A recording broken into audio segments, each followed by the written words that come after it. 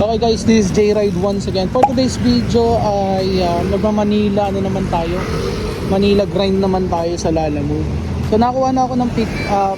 Meron na tayong Santa Maria to Sangandaan, 285 pesos. Naka-priority kasi to. Ngayon ito yung ano natin, problema natin. Meron ako nakita kaninang booking papunta ng Taguig. Papunta siya ng Taguig, pooling lang siya. Naka-pooling lang siya pero hindi natin siya makuha ngayon guys. Ayan o. Ayan o, tinan nyo. Swipe natin yan ha. Ang tindi men.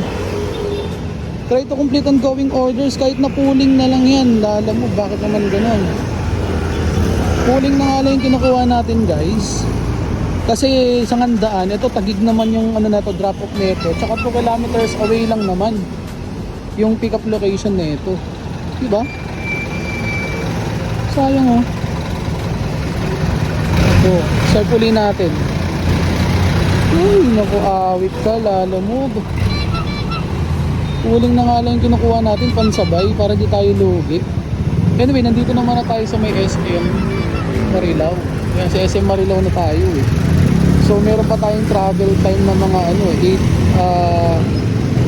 yung travel time natin, 14 kilometers pa eh.